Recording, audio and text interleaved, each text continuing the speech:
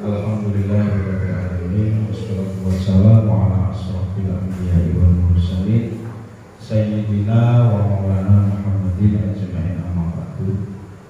Yang terhormat Bapak Kepala Sekolah SD Negeri Sugian, yang terhormat Bapak Ibu Dewan Guru Sekolah Dasar SD Negeri Sugian, yang terhormat Ibu Fitrul Agustina selaku CGB Angkatan 7 Kabupaten Lamongan.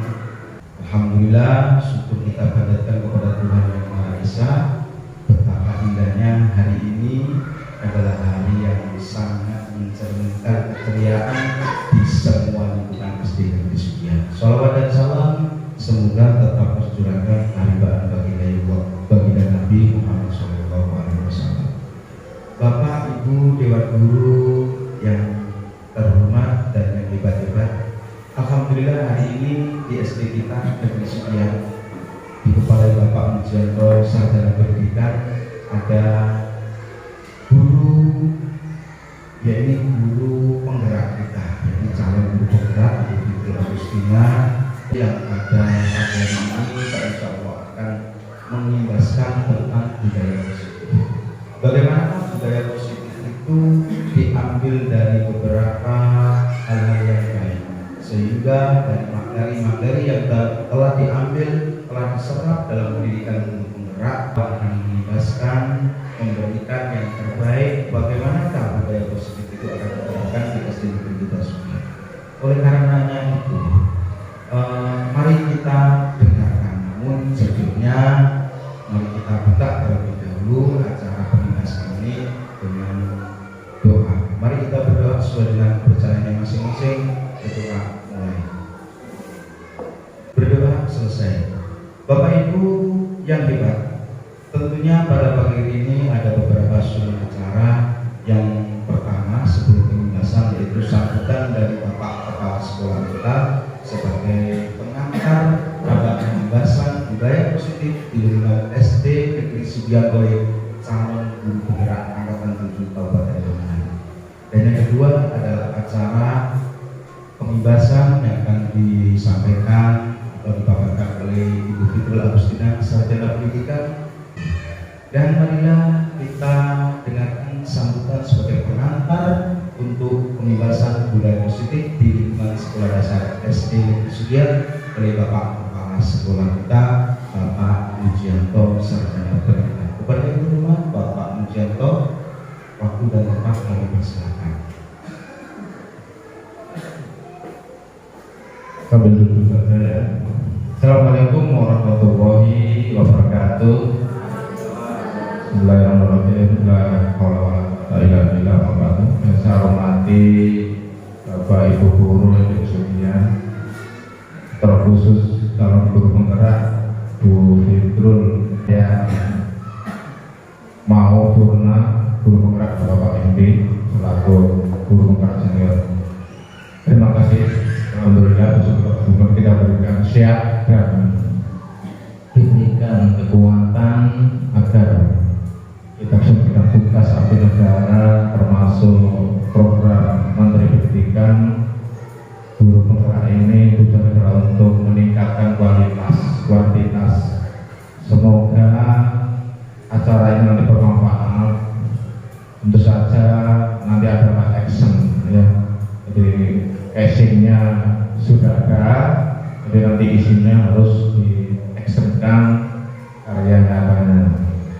Dan sholawat salam kita tuju kepada Nabi Muhammad SAW. Semoga kita dalam bimbingan dan syafaat Nabi Muhammad di akhir. Bapak hormati, saya selaku kepala sekolah tentu saja berbahagia pada hari ini, momen yang sangat begitu kata pengacara indah, yang sangat hebat. Mudah-mudahan nanti tidak sebagai simbol saja, tapi saya harap nanti pembahasan yang ditulis di depan sini akan berguna pada siswa. Tentu saja saya kalau sekolah mengharapkan sekolahnya ada peningkatan ketika sudah lulus satu guru penggerak dan ditambah dua calon guru penggerak, maka sekolah kita dan Sudia benar-benar hebat. Kalau 3 kali guru penggerak, itu harapan saya. Dan ilmu yang dimiliki dari para pengajar praktek jangan tentang budaya positif, dan budaya positif itu sudah kita laksanakan di setiap pagi, yaitu kehadiran disiplin anak itu. Dan andaikan kalau sudah tertransfer ilmunya semuanya, sekolah kita akan menjadi solid dan hebat. Bukan gurunya yang hebat, tapi siswanya juga hebat. Itulah, jangan sampai ilmu disimpan dari Pak Indi nanti berdosa, guru penggerak tidak bisa mengubah warna, maka dupa itu termasuk mendapat dosa. Itu jadi kalau ini sudah salah, maka terang Pak Indi. Alhamdulillah. Karena itu saya bahagia, tidak ada sekolah 3 guru penggerak, tidak ada di Solo.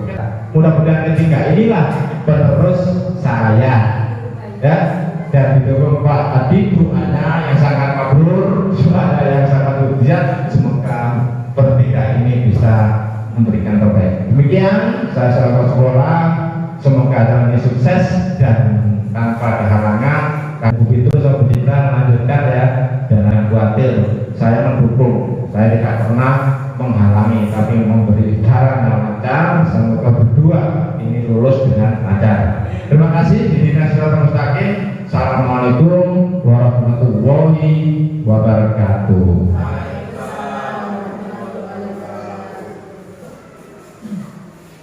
Bapak Ibu yang hebat, demikian adalah sambutan Bapak Kepala Sekolah SD Negeri Sudia. Semoga hal-hal yang telah disampaikan menjadi manfaat bagi kita semua. Dan sebelum pengibasan budaya positif, marilah acara ini kita tutup dengan doa dan dilanjutkan dengan acara ini.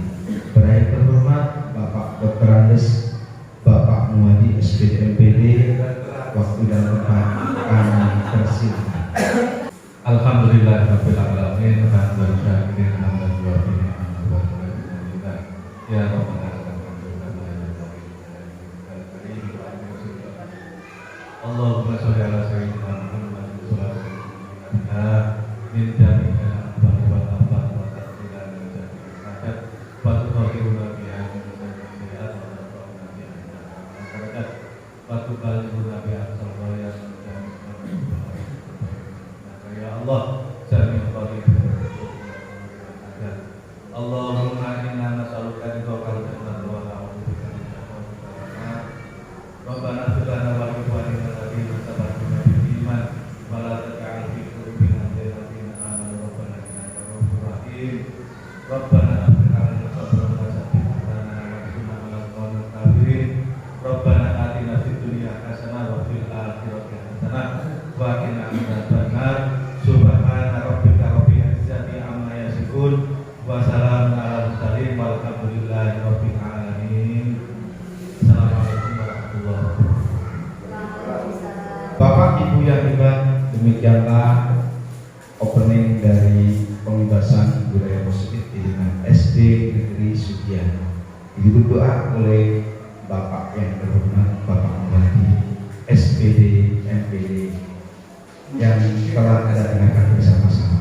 Baiklah Bapak Ibu yang hebat, tentunya pada acara inti ini kita akan mendengarkan pemaparan pengibasan budaya positif dari calon guru penggerak yang telah mengikuti pendidikan guru penggerak sampai modul 1.4, yaitu budaya positif. Dan kali ini insya Allah yang terhormat Ibu Fitrul Agustina, Sarjana Pendidikan selaku CGB Angkatan 7 juga memberikan paparan bergantian. Dan untuk materi yang pertama, pengibasan budaya positif di lingkungan SD Negeri Sudia, akan dipaparkan atau diberikan oleh yang terhormat Ibu Fitrul Agustina, Sarjana Pendidikan.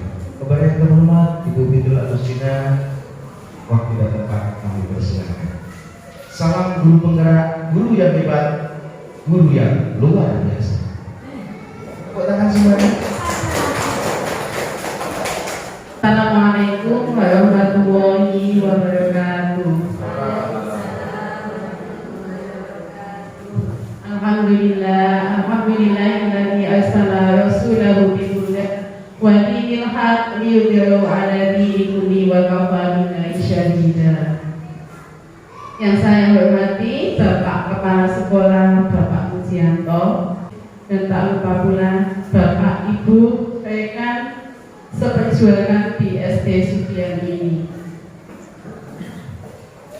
Alhamdulillah Bapak Ibu ya, pagi ini kita dapat berkumpul di ruangan yang sederhana ini dalam pengibasan. Itu tak lain adalah nikmat yang diberikan oleh Allah Subhanahu wa Ta'ala, sehingga kita dapat berbagi ilmu di ruangan ini. Salawat serta salam mudah-mudahan tetap membasahi bibir kita, karena dengan syafaat dari Nabi Muhammad SAW itulah kita dapat berjuang dalam kebaikan ini ya Bapak Ibu. Nah, tak lupa saya ucapkan terima kasih untuk Bapak Ibu yang meluangkan waktunya untuk mengikuti pendidikan budaya positif yang saya dapat dari pendidikan guru budaya ya Ibu. Saya melakukan pengimbasan ini tidak lain dan tidak bukan hanya untuk berbagi ilmu ya Bapak Ibu. Bukan kok karena saya sudah sangat pandai sehingga saya menyampaikan ke ibu-ibu, tidak. Kita sharing di sini lagi. Kita akan berbagi ilmu. Ibu-ibu juga boleh, Bapak Ibu juga boleh menyampaikan pendapatnya atau mungkin menyampaikan pengalamannya. Pengalaman yang sudah kita terapkan di sekolah, pengalaman yang sudah kita dapat dari pelatihan-pelatihan, kita nanti sharing di sini ya Bapak Ibu. Jadi sebelum kita melanjutkan ke pembahasan ini, alangkah baiknya kita menyepakati suatu kesepakatan dulu. Jadi dalam waktu saya menyampaikan nanti, mungkin Bapak Ibu ada keperluan untuk keluar atau apa, disilakan, tapi mohon dengan pamit dulu ya Bapak Ibu. Itu karena itu sudah termasuk budaya positif dalam rangka menghormati orang lain yang sedang berbicara. Nah, itu ya. Yang kedua, kesepakatan yang kedua, mungkin kalau Bapak Ibu guru ada yang mau disampaikan, baiknya angkat tangan. Angkat tangan, maksudnya raise hand untuk menyampaikan yang mau disampaikan oleh Bapak Ibu guru. Kami silakan boleh. Atau mungkin ada kesepakatan lain yang ditambahkan oleh Bapak Ibu guru. Pak Henry mungkin menambahkan kesepakatan lainnya. Sudah. Kalau sudah kita lanjut ya. Pak Musi mungkin menambahkan ada kesepakatan lain. Waktu yang durasi ya. Oke, waktu ya Pak. Nanti waktunya kami berdua akan menyampaikan sekitar 60 menit Bapak. Karena ini adalah ketentuan dari sana, kita sampaikan dalam waktu 60 menit. Mohon izin ya untuk kami menyampaikan selama 60 menit Bapak Ibu supaya bisa meluangkan waktunya. Kami mohon sampai selesai ya Bapak. Ya. Tinggal lebihnya seperti itu Pak ya. Ya. Ya, nanti sesi 1 akan saya yang menyampaikan, kemudian sesi nanti dilanjutkan dengan tanya jawab. Mungkin Bapak Ibu akan menanyakan atau menyampaikan refleksinya, boleh. Oke Bapak, terima kasih. Sudah kita sepakati ya itu. Nah, terima kasih Bapak Ibu. Kalau saya mempelajari di modul sebelumnya, itu ada pemikiran Ki Hajar Dewantara. Jadi di situ disampaikan bahwa kita sebagai pendidik itu menurut Ki Hajar Dewantara itu kita sebagai petani Bapak Ibu. Petani yang menanam padi di sawah. Jadi padinya itu adalah anak didik kita. Yang menjadi padi itu anak didik kita. Nah, pendidik itu merawat anak didik kita itu ibarat merawat padi. Jadi tidak bisa kita merubah padi itu menjadi jagung Bisa? Tidak mungkin kan? Kita akan merawat padi yang menjadi padi, merawat jagung yang menjadi jagung. Hanya kita butuh mungkin pupuknya, mungkin kita butuh membasmi dari apa? Membasmi dari hama-hama, membasmi dari ulat. Dan yang paling penting adalah lahannya, Bapak Ibu, sawahnya. Nah, sawah itu adalah sekolah kita ini.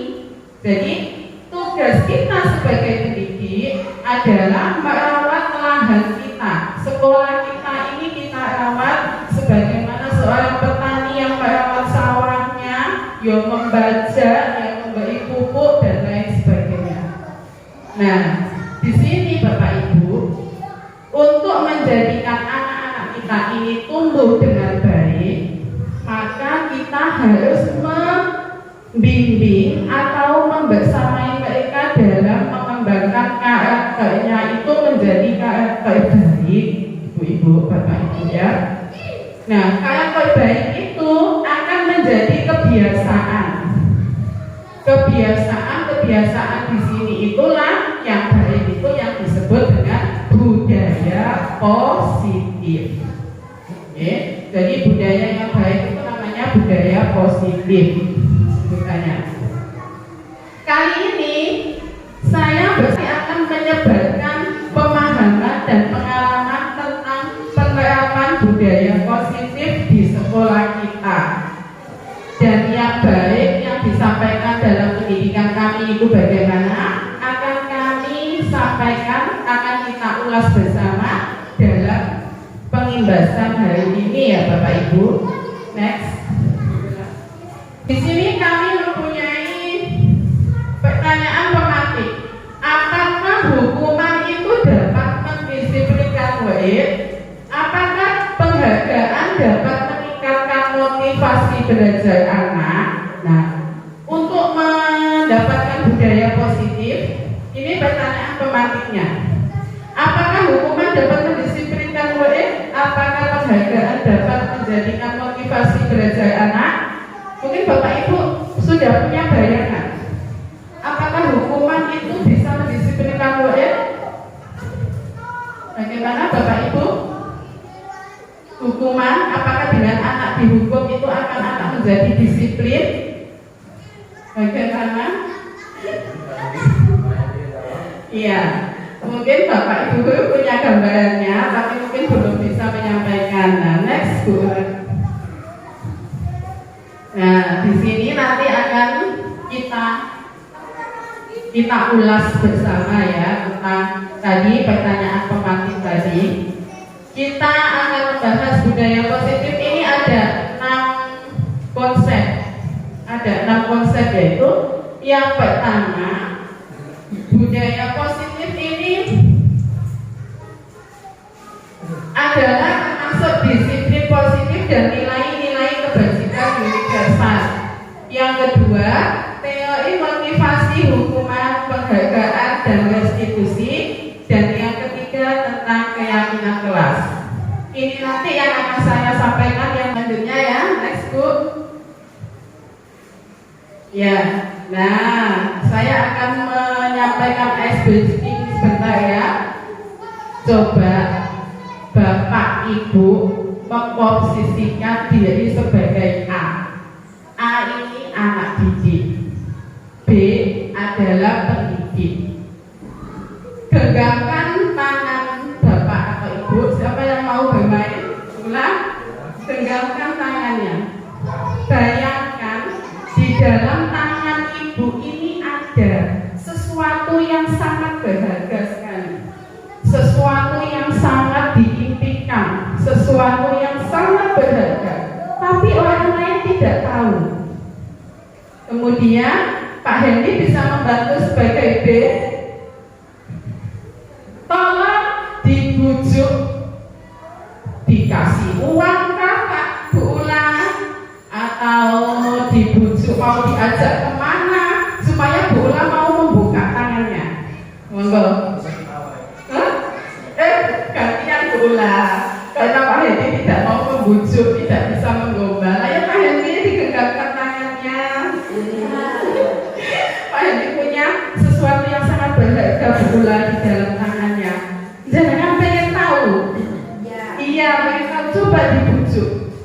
Monggo. Pak, ini dibuka Pak tangannya. Saya kasih risoles.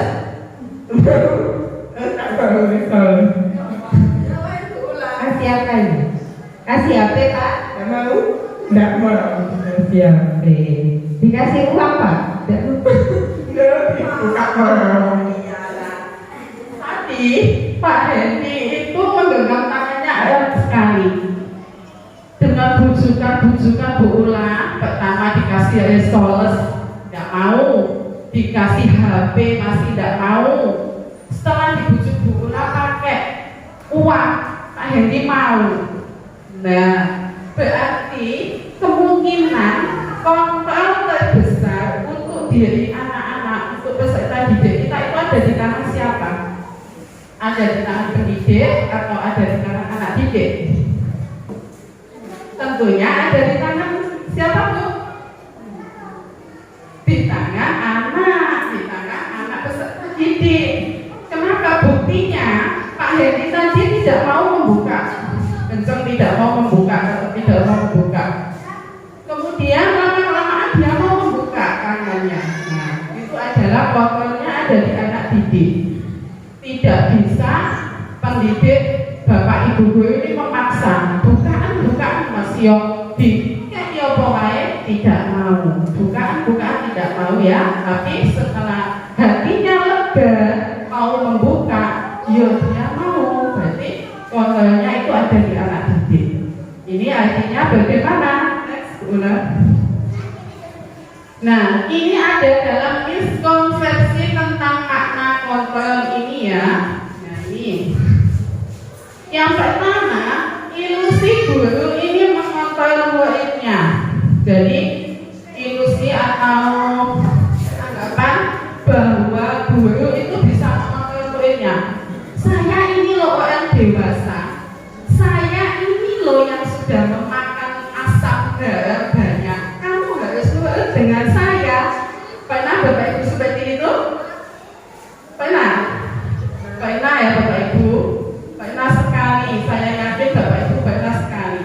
Saya juga pernah.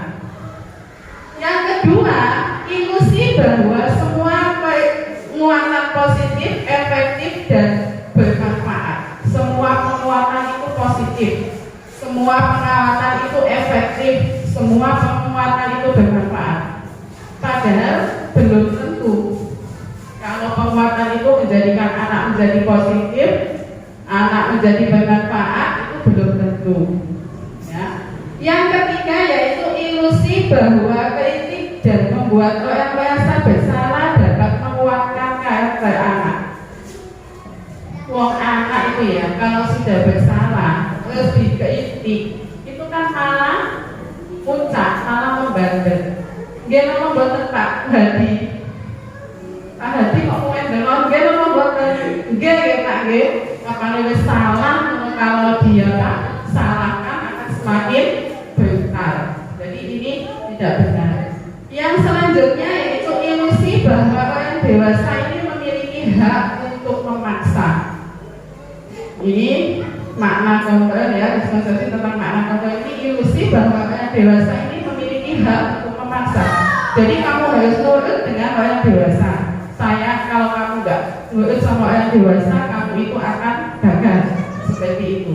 Tapi ini tidak benar. Kita lihat berikutnya. Next. Nah, ini disiplin positif. Disiplin positif ini paradigma stimulusnya ini yang kita harapkan yang sebelah sini Bapak Ibu. Yang sebelah kanan, yaitu realitas kebutuhan kita itu berbeda. Kebutuhan manusia itu bermacam-macam, tidak sama. Satu dengan yang lainnya itu tidak sama. Ya kan? Karena Pak Muji mungkin butuh olahraga, Pak Hadi mungkin butuh agama atau religi. Kalau Pak Muji lagi sepak bola diajak, apa berhenti kegiatan religi mungkin tidak suka, dia kan Pak? Suka. Tapi ini karena religi. Mungkin apa? Ini kebutuhan kita berbeda.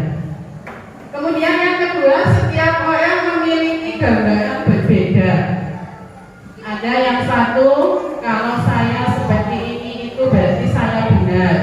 Yang satu beranggapan kalau saya seperti ini itu benar. Padahal yang satunya beranggapan salah. Mungkin itu gambaran manusia itu berbeda ya. Yang ketiga, kita berusaha memahami pandangan orang lain tentang dunia. Pandangan orang lain tentang dunia sama seperti tadi ya. Tidak semua pandangan manusia itu sama, jadi kita harus memahaminya. Yang keempat, hanya Anda yang dapat mengontrol diri Anda. Seperti tadi yang disampaikan, yang permainan genggam tangan tadi ya, itu kan apa? Yang hanya bisa mengontrol dirinya adalah masing-masing anak, tidak bisa dikontrol oleh orang lain. Selanjutnya, model berpikir menang-menang. Jadi nggak ada yang salah, nggak ada yang dikalahkan, semuanya menang, menang dan menang. Next, makna disiplin. Nah, bagaimana penerapan disiplin di sekolah kita? Apakah efektif atau masih perlu ditinjau kembali? Sudah efektif Bapak Ibu di sekolah kita? Sudah ya. Kalau sudah efektif berarti kita tinggal mengembangkan dan kita harus konsisten Bapak Ibu. Tidak sebentar-bentar baik, kadang-kadang kendor, nah itu tidak konsisten. Selanjutnya, apa sesungguhnya arti disiplin itu? Nah, dan apa yang dimaksud dengan nilai-nilai kebajikan universal? Nah, selanjutnya kita bahas tentang konsep disiplin positif yang merupakan unsur utama dalam terwujudnya budaya positif yang kita cita-citakan di sekolah kita. Next. Kalau kita mencita-citakan budaya positif dan itu tercapai, maka sungguh indah, bukan ya Pak? Sangat indah, sekolah kita pasti akan indah kalau budaya positif yang kita cita-citakan itu tercapai. Ini kalau menurut KHD Ki Hajar Dewantara ya, untuk menciptakan anak yang merdeka, syarat utamanya itu harus ada disiplin yang kuat. Tapi disiplin itu tidak boleh dari eksternal, maksudnya dorongan dari luar, jadi dari dirinya sendiri. Kemudian menurut yang kemudian kedua pakar pendidikan tersebut mengartikan bahwa disiplin adalah belajar mengontrol diri dengan menggali potensi kita dan dengan mencapai tujuan mulia, yaitu menjadi seorang yang kita inginkan berdasarkan nilai-nilai yang kita hargai. Nilai-nilai yang merupakan tujuan kita adalah nilai profil pendidikan, profil pelajar Pancasila. Next, ulang. Nah, ini nilai kebajikan. Nilai kebajikan adalah sifat-sifat positif manusia yang merupakan tujuan mulia yang ingin dicapai setiap individu. Nilai-nilai kebajikan universal itu berarti nilai yang disepakati bersama. Nah, kita sepakati bersama. Jadi nilai-nilai itu akan kita lakukan kalau kita sudah sepakat. Kalau kita sudah yakin bahwa nilai-nilai itu benar dari dalam hati kita dan kita sudah sepakati bersama. Jadi bukan karena hukuman atau yang lainnya. Next. Ini profil pelajar Pancasila yang pertama yaitu beriman dan bertakwa pada Tuhan Yang Maha Esa, berkebinekaan global, gotong royong, mandiri, kreatif dan bernalar kritis. Coba setiap pagi kita budayakan positif untuk mengingatkan anak-anak supaya tercapai profil pelajar Pancasila. Biasanya sebelum masuk sekolah kita nyanyikan. Bapak Ibu guru mau bernyanyi tentang profil pelajar Pancasila bersama-sama ya, 1, 2, 3. Pancasila, iman dan bertakwa, Tuhan yang Esa dan berakhlak mulia, berkebinekaan global, gotong royong mandiri, kreatif dan bernalar kritis.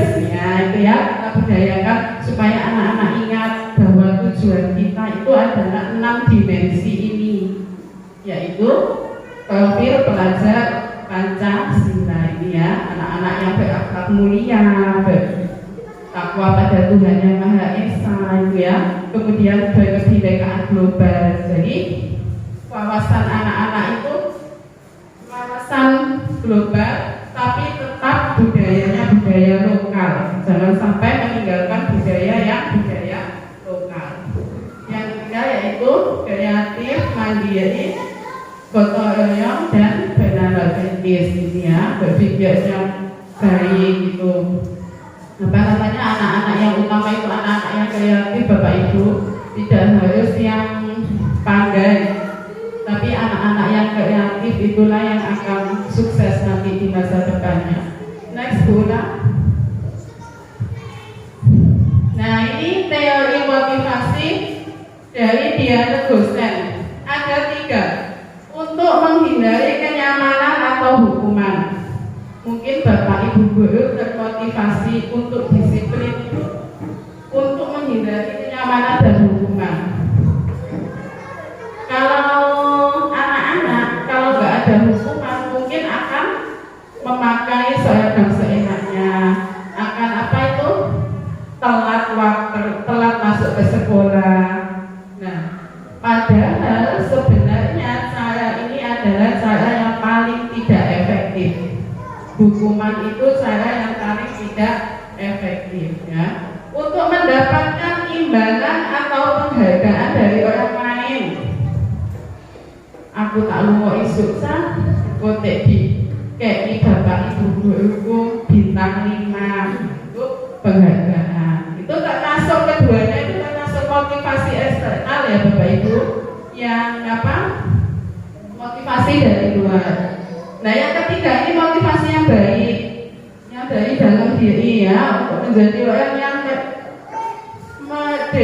apa ini yang mereka inginkan dan menghargai diri sendiri dengan nilai-nilai yang mereka percaya.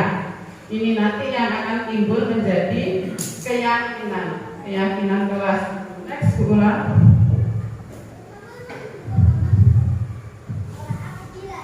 Nah, untuk menerapkan strategi tadi yang tadi Diana Gosen, strategi yang kita terapkan di sekolah yaitu hukuman, konsekuensi, dan restitusi. Yang mana yang sering Bapak Ibu terapkan? Konsekuensi, ya itu termasuk identitas sukses. Pernah ada hukuman? Pernah ya. Mungkin kalau salah dihukum juga masih pernah. Nah, kalau hukuman inilah yang termasuk strategi yang identitas gagal Bapak Ibu.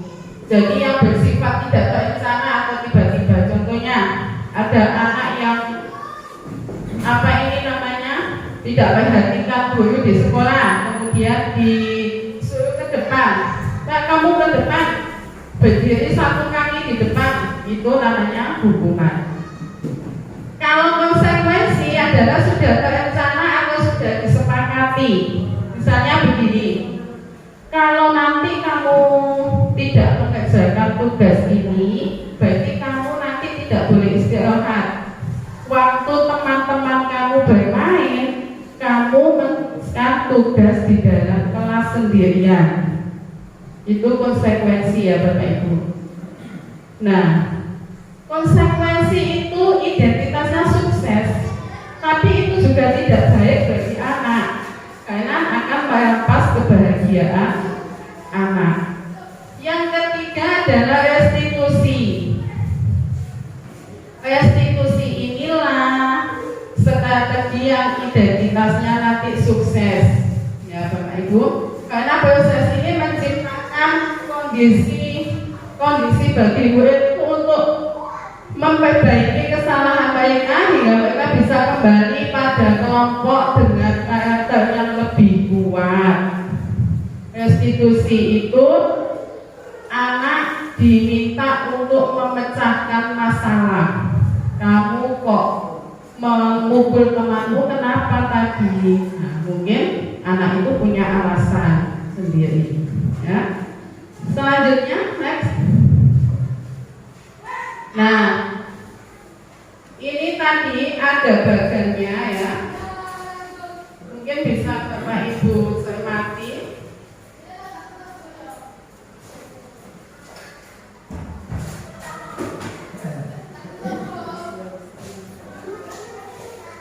Nah, pada bagan tersebut hukuman itu bersifat tidak terencana atau tidak tiba-tiba berupa fisik maupun psikis ya. Fisik itu ya mungkin dijewer telinganya, psikis mungkin di lok-lok gitu. Nah, itu akan mentalnya akan kena. Yang kedua, konsekuensi bersifat sudah terencana atau sudah disepakati, sudah tahu apa yang akan diterima jika ada pelanggaran. Itu konsekuensi. Jadi anak-anak sudah tahu, oh saya nanti kalau melakukan ini berarti konsekuensinya saya seperti ini. Itu sudah, misalnya waktu olahraga tidak memakai sepatu hitam, waktu olahraga saya punya sepatu hitam ya, kemudian disuruh tidak pakai sepatu sampai selesai sekolah. Konsekuensinya seperti itu anak-anak sudah tahu dan sudah disepakati. Yang ketiga adalah restitusi, itu merupakan pilihan untuk memecahkan masalah. Tadi yang sudah saya sampaikan ya. Jadi alasannya apa melakukan seperti ini, itu anak-anak ditanyai.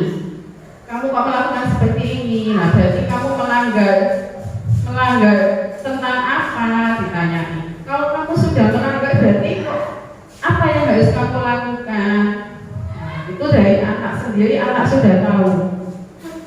Itu namanya restitusi ya ibu-ibu. Jadi ada 3 strategi yang kita lakukan untuk motivasi anak, itu ada 3. Yang pertama yaitu hukuman, kedua konsekuensi, yang ketiga restitusi. Konsekuensi dan restitusi ini identitasnya sukses, tapi yang paling tepat, yang paling baik kita lakukan adalah restitusi. Nah, ini dihukum oleh penghargaan.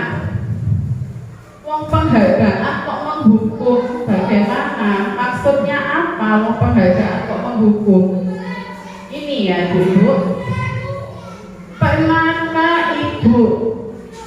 Ini kita di SD ya. Pernah ya kita mengasih, misalnya ada anak yang selalu menjawab dengan benar, kita kasih bintang. Pernah Bapak Ibu? Pernah ya memberi bintang. Pasti Bapak Ibu menemui anak yang selalu menjawab dengan benar, anak yang cerdas, bintangnya banyak ya Bapak Ibu. Iya. Kemudian yang tidak pernah menjawab atau anak yang kurang cerdas, tidak dapat bintang sama sekali. Pernah mengalami? Pernah ya. Nah, kasihan Bapak Ibu yang tidak mendapatkan bintang sama sekali itu merasa dihukum. Kok saya tidak pernah mendapatkan bintang ya? Jadi tidak ada usaha. Tidak ada usaha. Pasti kok si Aiku yang dapat bintang. Seperti itu. Pasti nanti apa? Saya tidak akan mendapatkan bintang, tidak usah berusaha, itu menghukum. Selanjutnya, next. Nah, ini menciptakan disiplin positif restitusi. Nah, ini kita harus menciptakan disiplin positif dengan strategi restitusi tadi ya. Tuh. Selanjutnya, next. Nah, ini yang paling penting supaya tercipta disiplin itu adalah keyakinan kelas.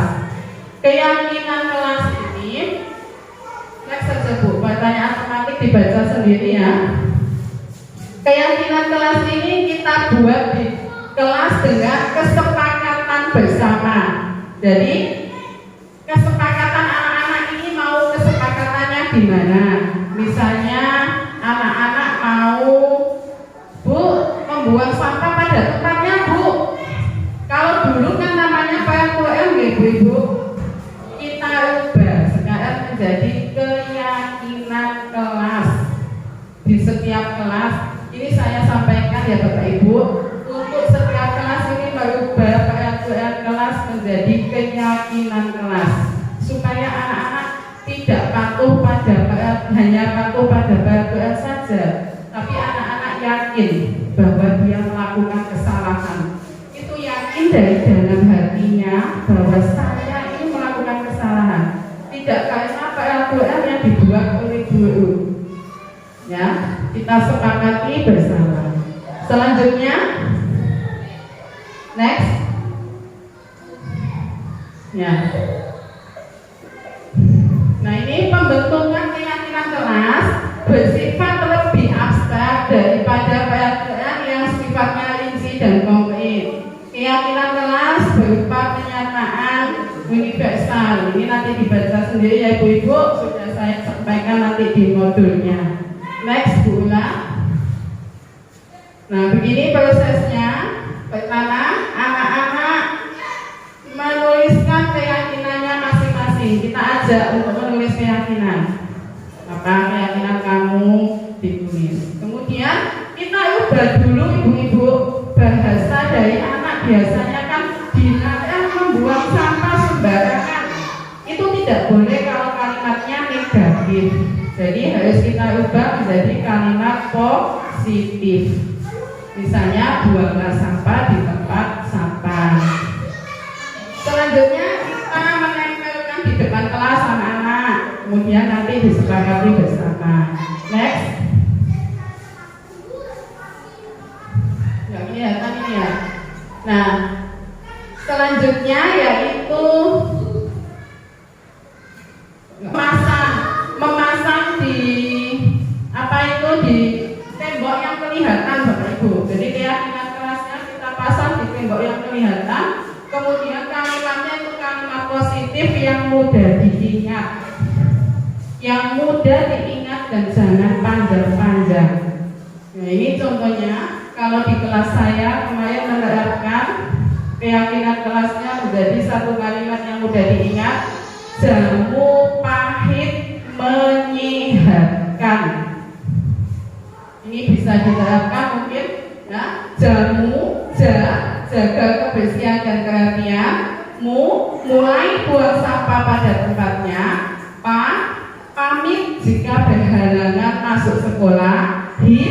Hijaukan lingkungan sekolah. Menghormati gurunya. Menyayangi teman. Nah, ini seperti menyayangi teman ini kesepakatan anak-anaknya seperti ini. Tidak boleh bertengkar Bu. Iya, tuliskan saja. Tidak boleh malak Bu. Oh ya, tuliskan saja. Kemudian saya simpulkan sebagai menyayangi teman. Sehat jasmani dan rohani. Ya, tidak boleh jajan sembarangan Bu. Anak-anak seperti itu. Nah, itu kan termasuk sehat jasmani dan rohani. Kan melaksanakan kewajiban dengan disiplin. Ini ya Bapak Ibu. Jadi kesepakatan kelas di kelas kami adalah jamu pahit menyehatkan. Apa yang mana Bu? Jamu pahit hijaukan lingkungan sekolah. Oh kan katanya itu karena hit gitu saja, itu dijadikan hijaukan lingkungan sekolah. Nah, menghormati guru, menyayangi teman, sehat jasmani dan rohani, melaksanakan kewajiban dengan disiplin. Jadi anak-anak sudah tahu, misalnya ada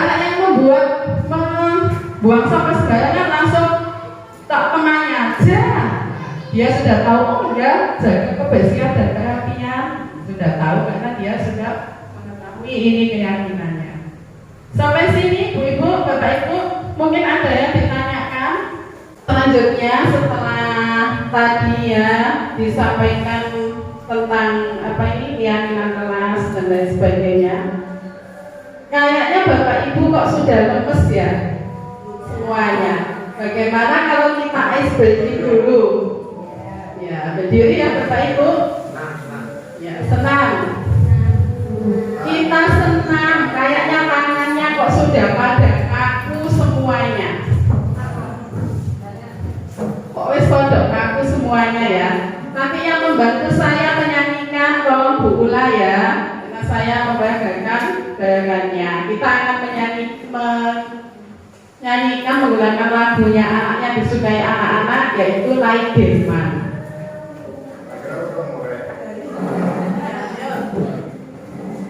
Tangannya ke depan. Tangan ke depan.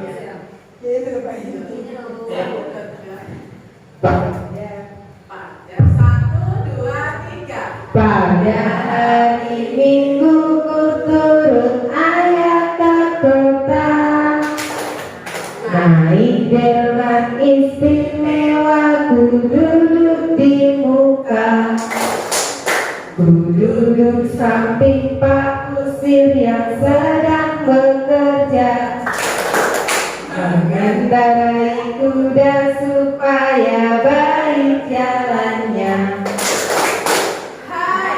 Taktik taktik taktik taktik taktik taktik taktik taktik taktik sepatu kuda.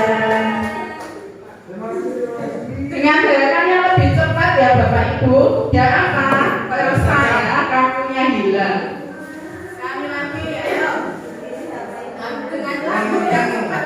1, 2, 3. Pada hari Minggu ku turun ayah ke kota, naik delman istimewa, ku duduk di muka, ku duduk samping Pak Kusir yang sedang bekerja, mengendarai kuda supaya baik jalannya.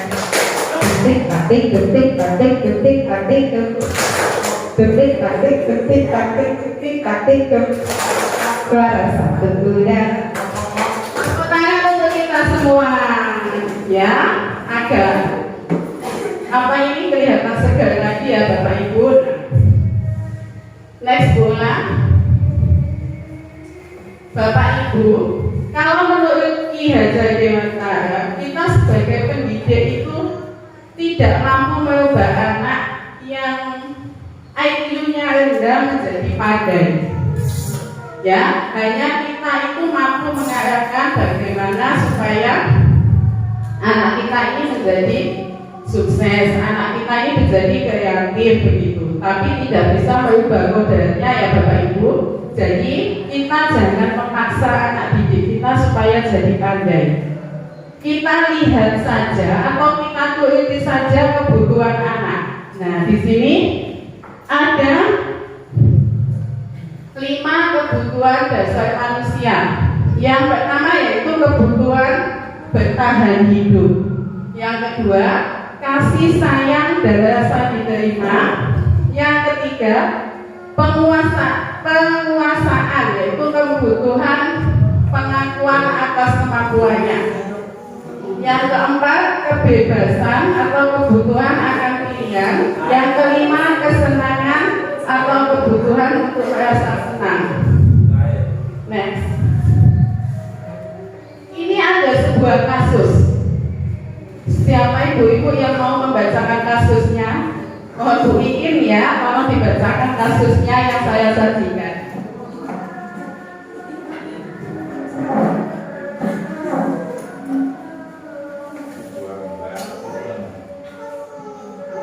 Ibu Ambar guru mulai kelas 2A di SD Pelita Hati, sedang bingung menghadapi ulang salah satu murid di kelasnya.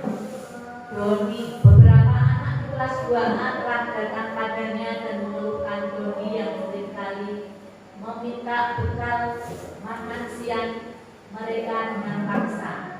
Jika Bapak Ibu menghadapi situasi seperti Ibu Ambar, apa yang akan Bapak Ibu lakukan? Terima kasih ya Bu Iim. Nah, jika menghadapi kasus seperti Ibu Ambar ini, apa yang akan Bapak Ibu lakukan? Pak Khalil misalnya melihat seperti itu, yang dilakukan apa Pak? Pak Hadi apa yang dilakukan? Akan memberi nasihat pada anak tersebut. Iya, akan memberi nasihat kepada anak tersebut. Mungkin dulu ya Bapak Ibu, sebelum saya mengikuti pendidikan guru penggerak ini, saya belum tahu, maka saya akan menyalahkan Doni. Doni, bagaimana sih kamu itu mau punya teman kamu kok diambil? Begitu ya Bapak Ibu. Pasti semuanya pasti mengalami seperti itu. Tapi alhamdulillah setelah mengajar guru penggerak ini, mengikuti pendidikannya ini, saya berubah Bapak Ibu. Saya tanyakan dulu, apa sih alasan kamu, Doni, kenapa kamu kok mengambil punya teman kamu? Saya tanyakan alasannya dulu. Memang itu yang disampaikan dalam pendidikan saya ya Bapak Ibu. Jadi menanyakan dulu alasannya, kebutuhan dasar anak ini apa. Next bulan. Nah, kebutuhan yang bersifat fisiologis untuk bertahan hidup, misalnya kesehatan, rumah dan makanan, ini namanya kebutuhan bertahan hidup ya. Apabila jawaban Doni ketika ditanya oleh Ibu Ambar adalah karena saya lapar Bu, nah kan kasihan, itu adalah kebutuhannya anak ini. Mungkin tidak dikasih uang sangu, jadi lapar ya, maka dia beralasan seperti itu. Next, ulang.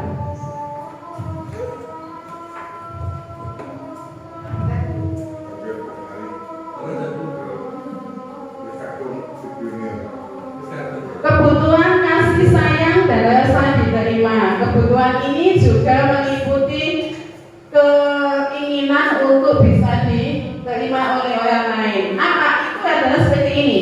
Apabila alasan Doni menjawab bahwa mengambil punya temannya karena dia merasa senang, temannya itu bisa memperhatikan dia. Lanjutnya Bapak Ibu. Nah, ini kebutuhan untuk diperhatikan temannya. Jadi sepertinya di rumah itu nggak ada yang perhatikan atau ibu bapaknya sibuk kerja ya. Jadi dia ingin diperhatikan temannya, maka mengganggu temannya. Next Bu Una. Yang ketiga adalah kebutuhan kebebasan akan pilihan. Jadi dia, Doni, itu menjawab merasa bosan dengan bekal makanan yang dibawakan oleh ibunya. Bosan, kadang anak kan dibawakan bekal itu lauknya beda dengan temannya. Jadi dia ingin punya temannya, bosan dengan punyanya sendiri. Itu namanya kebebasan menentukan pilihan. Next, diulang.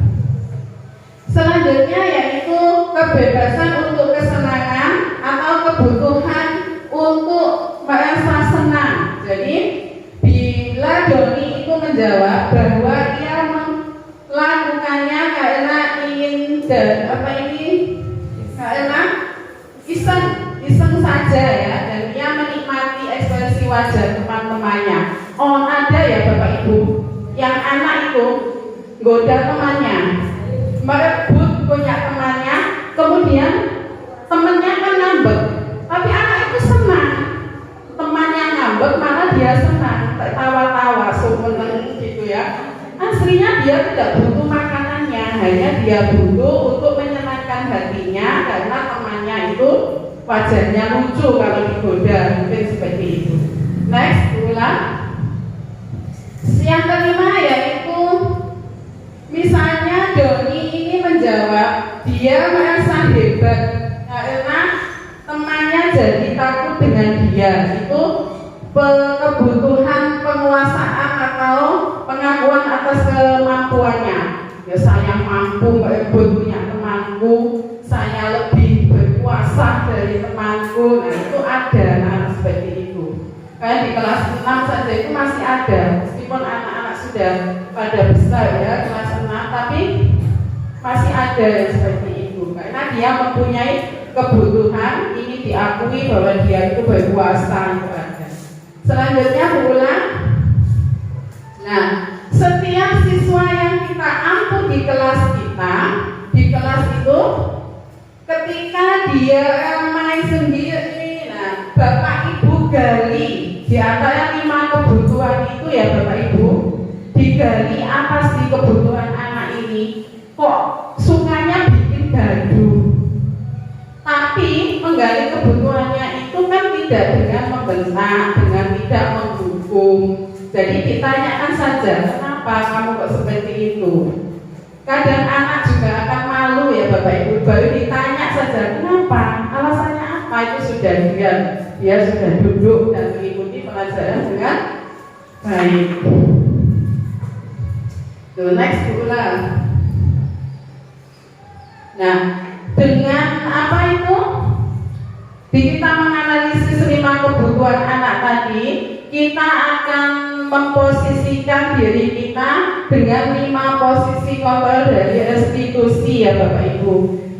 Nah, 5 posisi itu adalah ada di penghukum, yang kedua pembuat merasa bersalah, ketiga posisi teman, keempat posisi pemantau, dan kelima posisi manajer. Yang pertama posisi penghukum. Next Bu ulang. Ini seorang penghukum bisa menggunakan hukuman fisik maupun verbal. Bisa dihukum dengan mungkin dijelek telinganya, bisa dihukum mungkin dengan dipukul kakinya pakai penggaris papan, itu namanya hukuman fisik. Ini adalah identitas hukuman yang gagal ya, posisi kontrol yang gagal ya Bapak Ibu. Tidak, sekarang sudah tidak zamannya lagi. Bapak Ibu guru yang suka menghukum itu sudah tidak zamannya lagi. Yang kedua adalah pembuat merasa bersalah. Pada posisi ini biasanya pendidik akan bersuara lebih lembut. Pembuat rasa bersalah akan menggunakan keheningan yang membuat orang lain merasa tidak nyaman atau bersalah. Bapak Ibu pernah dalam posisi ini? Pernah ya. Misalnya, ya Allah nak, sampean nggak kasihan toh sama ibunya yang sudah mengasih uang untuk biaya sekolah, yang sudah mengasih uang untuk jajan, tapi sampean kok nakal gini. Pernah ya Bapak Ibu seperti itu? Pernah ya, itu posisi merasa bersalah. Yang ketiga yaitu posisi teman. Nah, ini di posisi teman ini menggunakan hubungan baik dan humor untuk mempengaruhi seorang harus negatif dari posisi teman ini adalah bila suatu saat guru tersebut tidak membantu maka murid akan kecewa. Ibu atau bapak guru kok biasanya kok seperti teman yang membantu saya, suka menolong saya, ini kok sekarang kok wajahnya galak. Nah, itu membuat anak kecewa. Selanjutnya yaitu posisi pemantau. Dalam posisi pemantau ini, memantau berarti mengawasi anak atau berdasarkan pada peraturan yang dan konsekuensi. Jadi masih ada konsekuensi ya, seperti tadi yang dijelaskan bahwa apa itu strategi yang kita gunakan itu ada hukuman, ada konsekuensi dan ada restitusi. Kalau pemantau ini menggunakan konsekuensi. Selanjutnya adalah posisi manajer. Posisi ini posisi yang paling tepat. Posisi kontrol ini yang paling tepat ya. Jadi kita sebagai manajer membuat anak ini tahu bahwa dia melakukan kesalahan, bahwa dia apa itu yakin bahwa telah melanggar keyakinannya itu ya. Next ulang. Contoh 5 posisi kontrol. Ini ya posisi kontrol menghukum. Bapak Ibu dilihat videonya.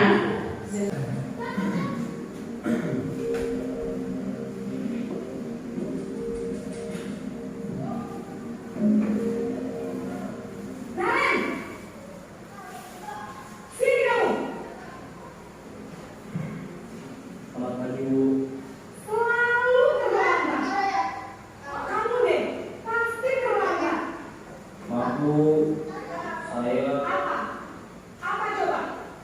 Alasan kamu apa lagi? Kapan sih kamu tidak terlambat? Malas sekali ya kamu jadi anak.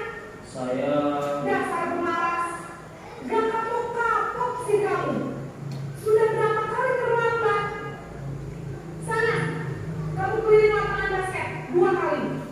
kenapa saya harus beli lapangan basket, Bu? Kenapa? Kamu melawan ibu. Berani-beraninya jawab. Sudah terlambat, masih berani jawab pula. Sekarang, keliling lapangan basket 5 kali sekalian. Biar kapok. Cepat. Pergi sana ke lapangan basket. Posisi pemukul biasanya berbicara dengan nada tinggi, menghardik, menunjuk-nunjuk, menyakiti, dan menyindir. Hukuman bisa berupa fisik maupun psikis. Ibu dan bapak guru hebat. Dampak yang terjadi pada murid ketika guru berada pada posisi pemukul adalah murid cenderung akan memberontak, bahkan menyimpan dendam. Yang kedua yaitu posisi membuat rasa bersalah. Ini videonya ya.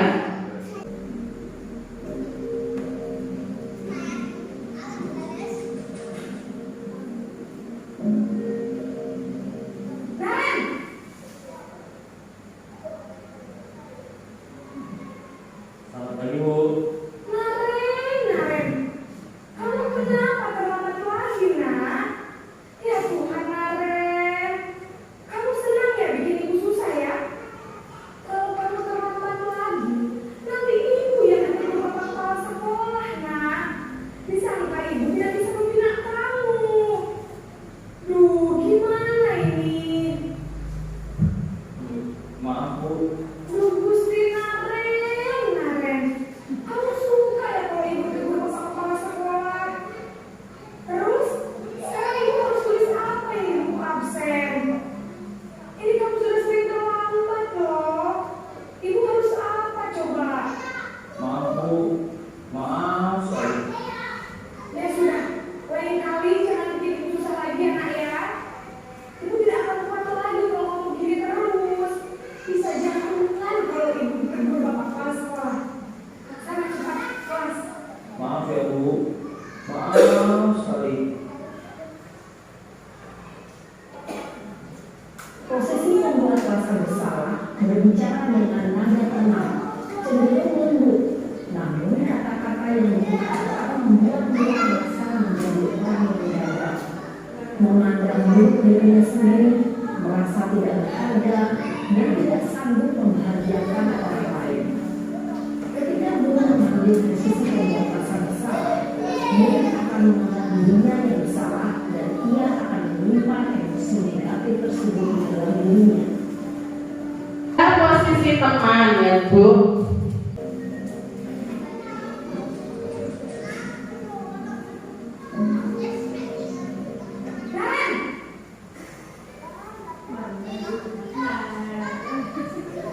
Selamat pagi, Bu.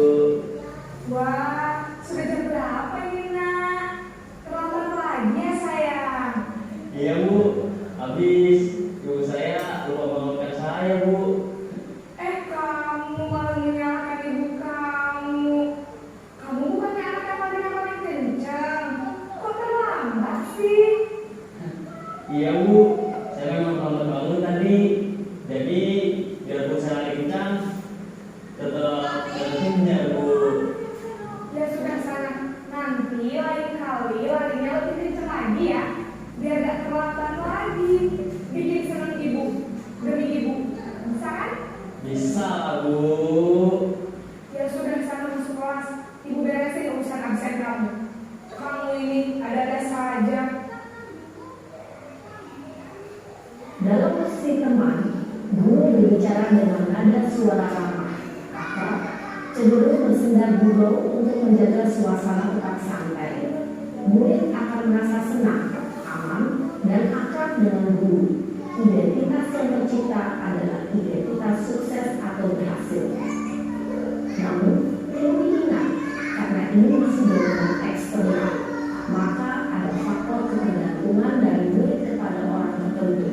Di sini guru absennya, sehingga di lain waktu murid bisa berperilaku baik, namun hanya kepada orang-orang tertentu saja. Yang keempat, ini videonya ya, posisi pemantau.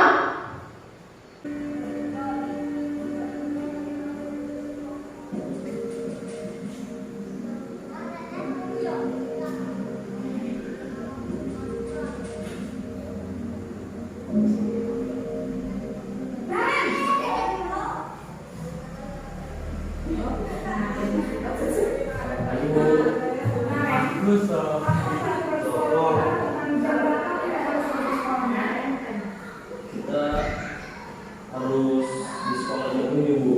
Iya betul, sekarang sudah jam 7.20. Kalian sudah tahu konsekuensinya jika terlambat hadir. Paham, Bu? Saya harus tinggal kelas pas jam istirahat selama 20 menit. Iya benar, konsekuensinya demikian. Jadi nanti jam 9.30 pas istirahat, kamu harus tinggal di kelas, kerjakan tugas tambahan untuk ketertinggalan kamu, ya? Baik, Bu. Posisi pemantau mengandalkan penghitungan atau data untuk mengontrol murid. Guru mengarahkan murid berdasarkan peraturan dan konsekuensi. Seorang pemantau menunjukkan bahasa tubuh dan ekspresi wajah yang datar dan cenderung formal. Yang kelima, posisi manajer. Ini ya Bapak Ibu.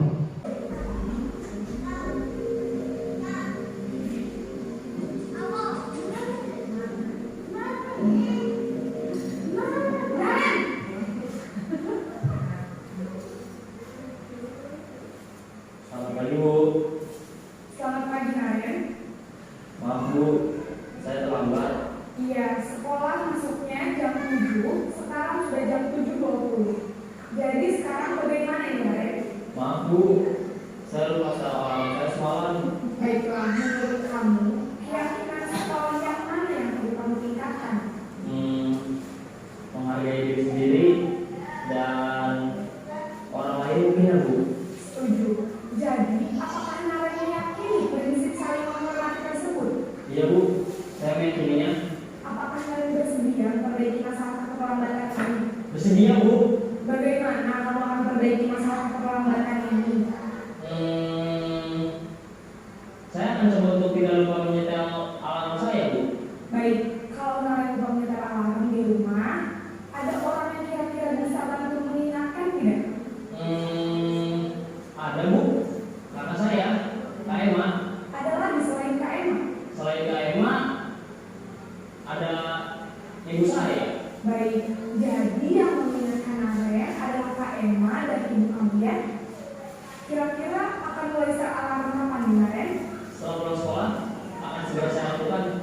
Baik, jadi Naren akan setel alarm untuk bangun besok pagi dan akan diingatkan oleh kakak dan ibu dan Naren ya. Ada lagi yang mungkin perlu dilakukan, Naren, agar tidak terlambat bangun lagi. Tidak ada, Bu. Baik, Naren, terima kasih untuk kerjasama kamu. Sekarang kamu perlu kembali ke kelas untuk belajar. Baik, Bu. Terima kasih.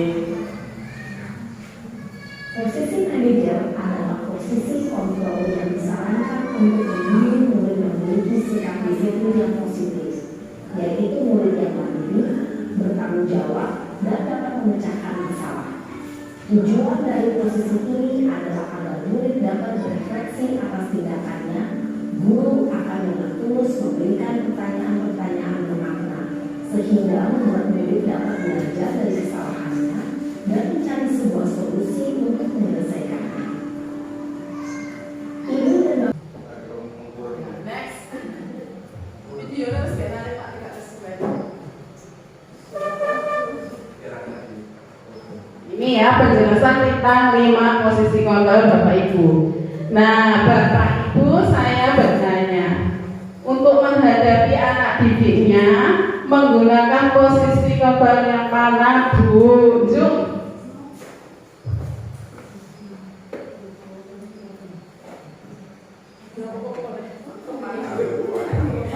Pak Helmi. Sama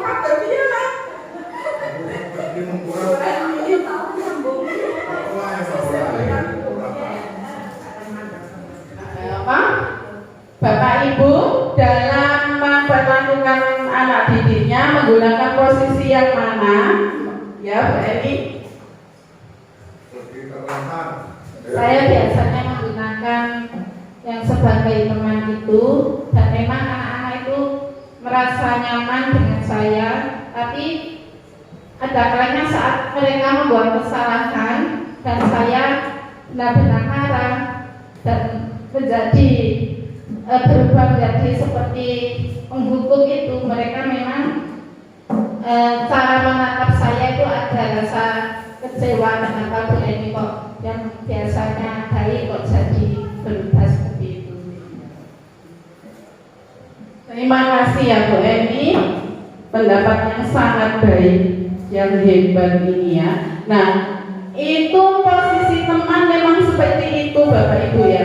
Pertama biasanya itu baik, biasanya itu seperti membantu teman. Kemudian di lain waktu kok membentak. Nah, mungkin anak-anak menatapnya kecil. Betul sekali Bu Eni, terima kasih ya. Next Bu Ula. Nah ini ya, coba Bapak Ibu berpikir kalau ada kasus seperti ini berarti posisinya mana. Selanjutnya Bu Ina.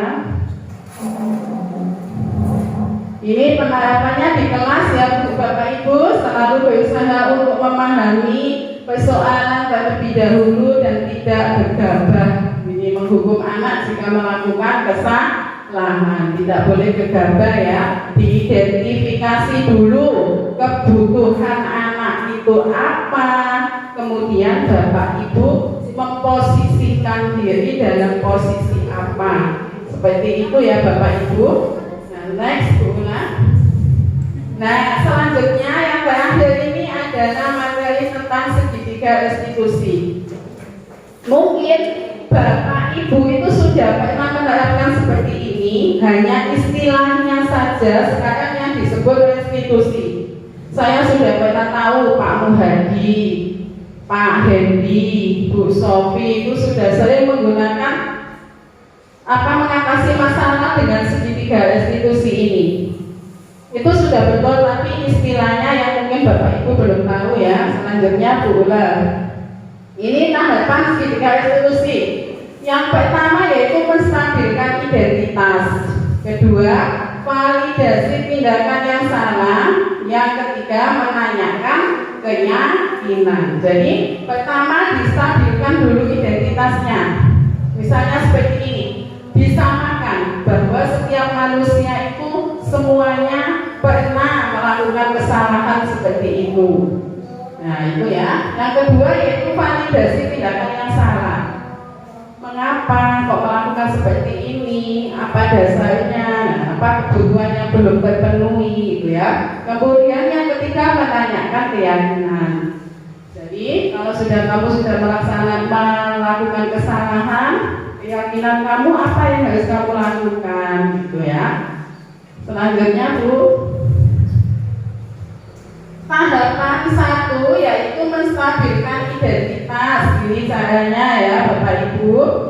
Yang kedua, next Bu Ula, tahap 2 validasi tindakan yang salah. Ini ya, kamu bisa saja bertindak lebih gegabah. Mungkin kamu akan memukul temanmu, itu namanya validasi tindakan yang salah. Yang ketiga, tahapan ketiga yaitu menanyakan keyakinan sekelas. Sebagai anggota kelas, apa yang kita yakini, keyakinan apa yang kita buat. Nah itu dalam tahapan menanyakan keyakinan kelas. Next Bu Una.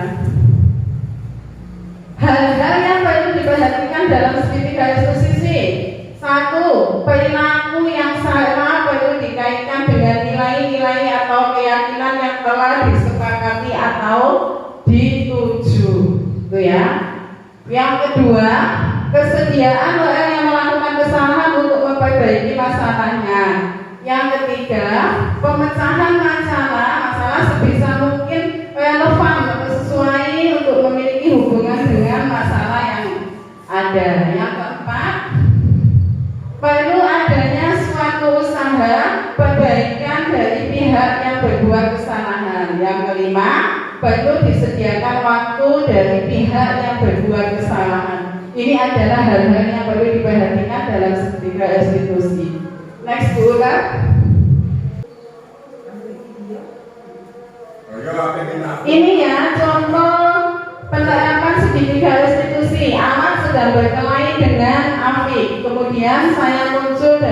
tetangga, 2 anak itu berkelahi. Nah ini Awan ini dia mengaku memukul Afid itu karena membentak Afid, bukan memukul ini. Membentak Afid itu karena mengolok-olok katanya. Mengolok apa? Ternyata mengolok-olok tentang bapaknya. Mungkin Madani ya anak-anak. Kemudian katanya Awan sudah beberapa kali Bu. Oh iya, nanti apa? Kamu boleh ya Awan melakukan seperti itu. Ibu juga demikian. Seandainya ibu itu diolok-olok tentang orang tua ibu, pasti ibu akan marah seperti kamu. Untung ya Awan, kamu tidak berbuat seperti yang lain, lebih gegabah lagi. Contohnya apa Wan? Ketika saya tanya seperti itu, tadi mau saya tonjok Bu. Nah, karena saya mau berpikir mengendalikan emosi saya Bu, gak jadi saya tonjok seperti itu. Nah, seperti itu. Iya. Ya, terus katanya Awan, ya Bu, saya besok tidak mengulangi lagi. Kalau ada yang mengolok-olokkan, berarti itu mengolok-olokkan bapaknya sendiri ya Bu. Iya betul, saya bilang seperti itu. Nah, berarti kemudian Awan yakin bahwa itu melanggar keyakinan tentang menghormati temannya, menyayangi temannya. Begitu, ini contohnya ya Bapak Ibu.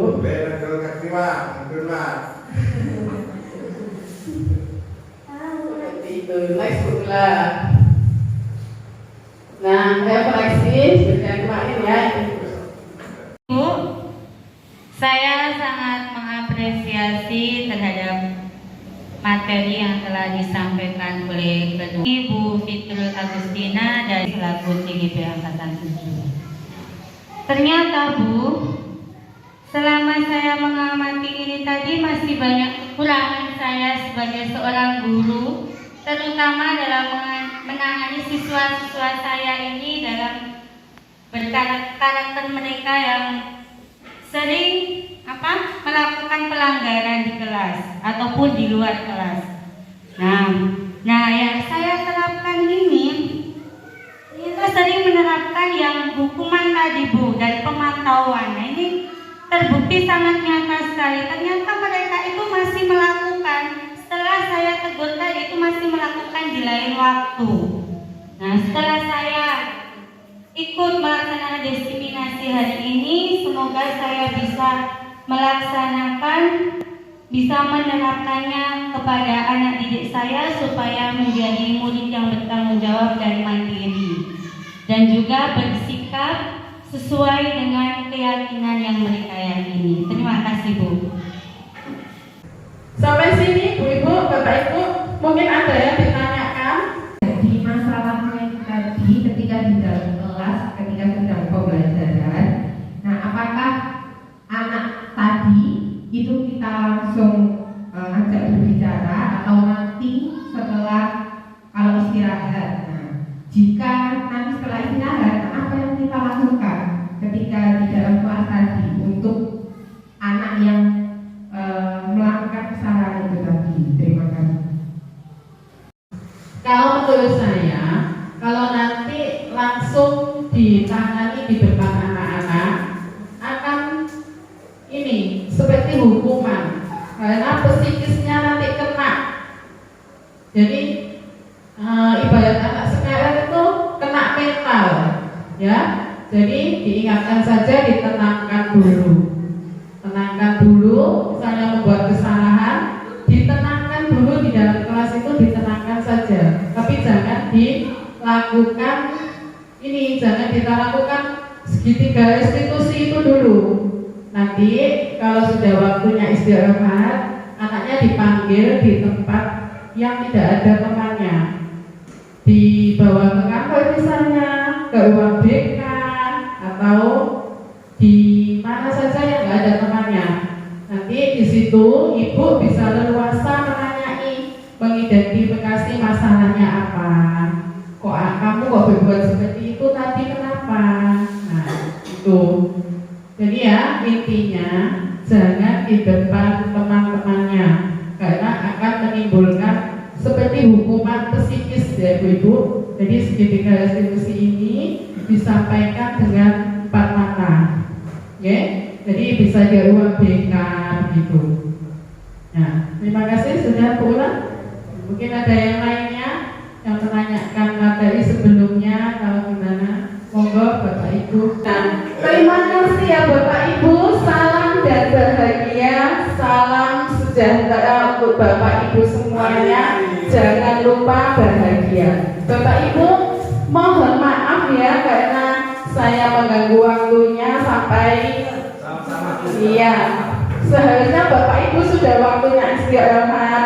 Kok digebut saja sama Bu Fit dikasih materi yang banyak seperti ini. Karena apa Bapak Ibu?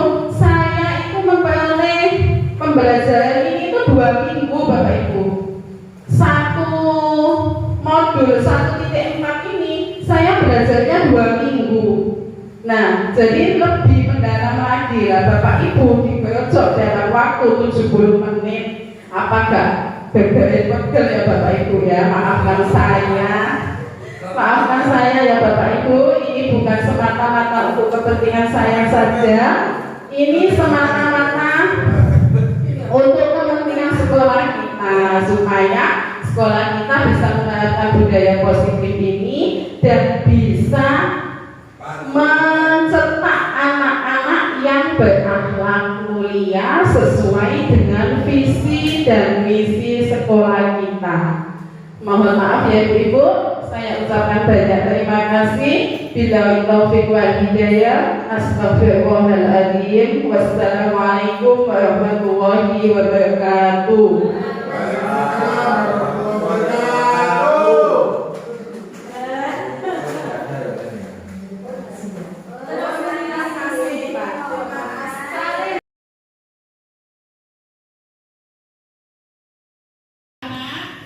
Pagi ini kita akan membuat keyakinan kelas ya. Kalau di semester 1 lalu anak-anak sudah membuat apa? Kesepakatan kelas. Nah, sama keyakinan kelas itu adalah kita sepakati bersama ya. Nanti anak-anak menuliskan apa yang akan menjadi keyakinan kamu. Maksudnya begini keyakinan itu ya, bukan aktual lagi. Jadi yang kamu yakini dari dalam hati kamu, yang harus kamu lakukan itu apa? Jadi kalau kamu nanti tidak melakukan, berarti kamu melanggar keyakinanmu sendiri.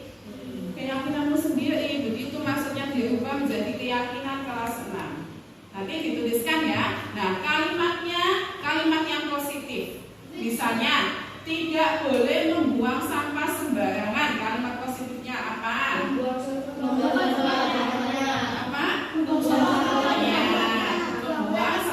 di tempatnya. Misalnya tidak boleh menaruh buku berantakan. Nah, kalimat positifnya bagaimana?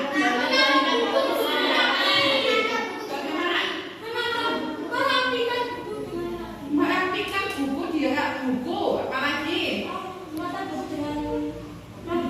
Menata buku dengan rapi. Apalagi?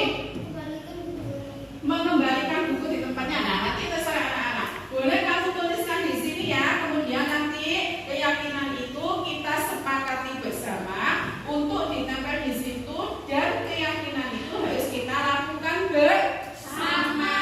Keyakinan itu merupakan budaya positif yang ada di kelas kita. Setuju anak-anak? Setuju ya. Jadi kalau keyakinan itu kalau sampai dilanggar berarti kamu melanggar apa? Melanggar keyakinan kita sendiri. Mau anak melanggar keyakinannya sendiri? Apa? Nggak usah dikasih nama nanti ditempelkan di papan, nggak usah dikasih nama ya. Nanti kamu tuliskan keyakinanmu itu bagai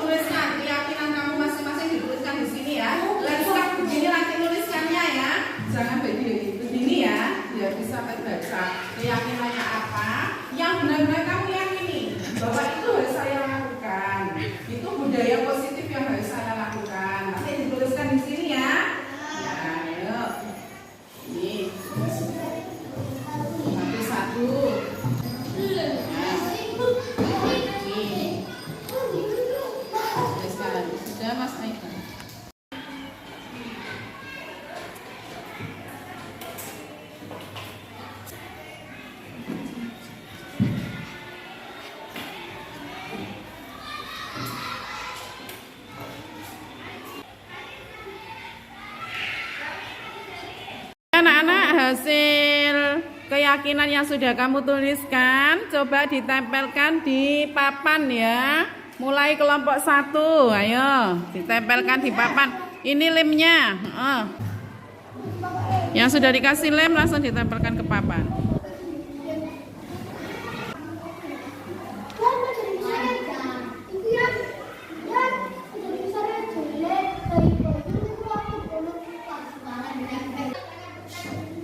Ya, asal menempel saja, boleh ditempelkan di situ, ditinggal duduk lagi ya.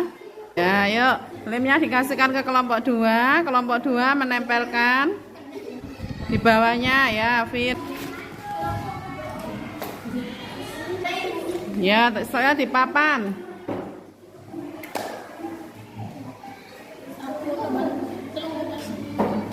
Ayo, kelompok 3 langsung. Ayo langsung.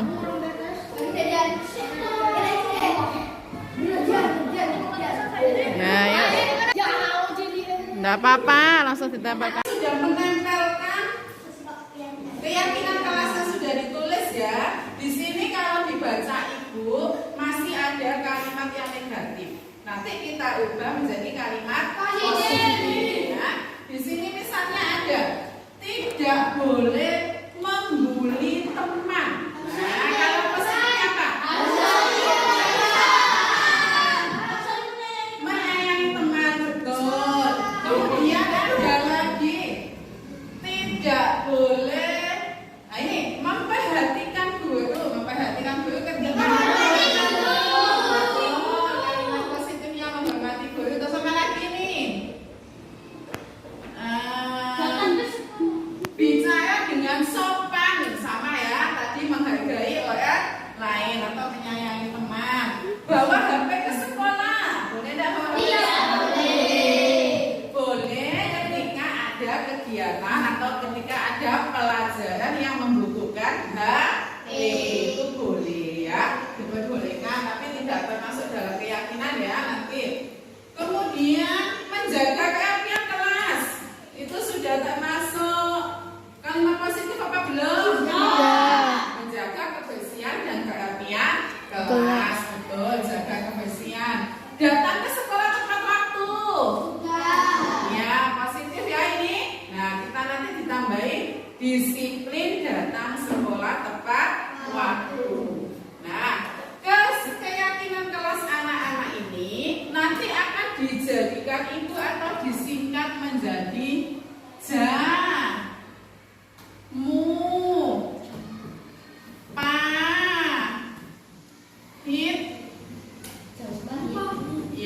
jamu pahit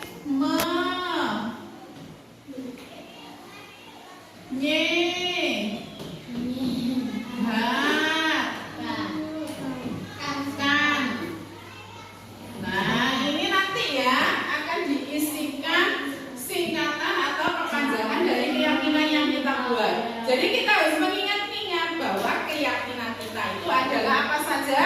Jamu pahit menyehatkan. Kira-kira apa yang sesuai dengan ini?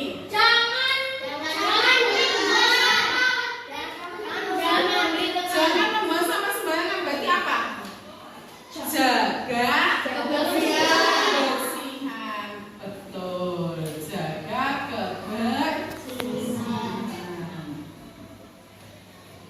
Dengan saya bagaimana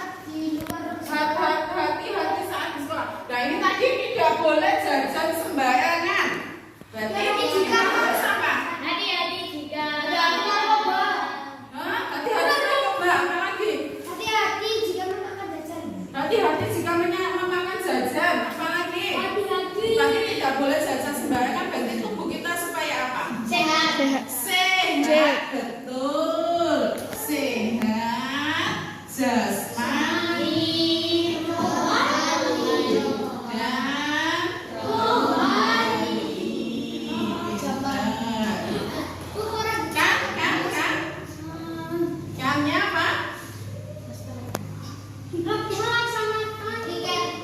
Ini membawa HP ketika belajar itu kamu akan senang ya. Kemudian apa lagi tadi? Datang ke sekolah tepat waktu itu juga senang ya. Nah, iya Kak. Melaksanakan kewajiban boleh. Melaksanakan kewajiban, melaksanakan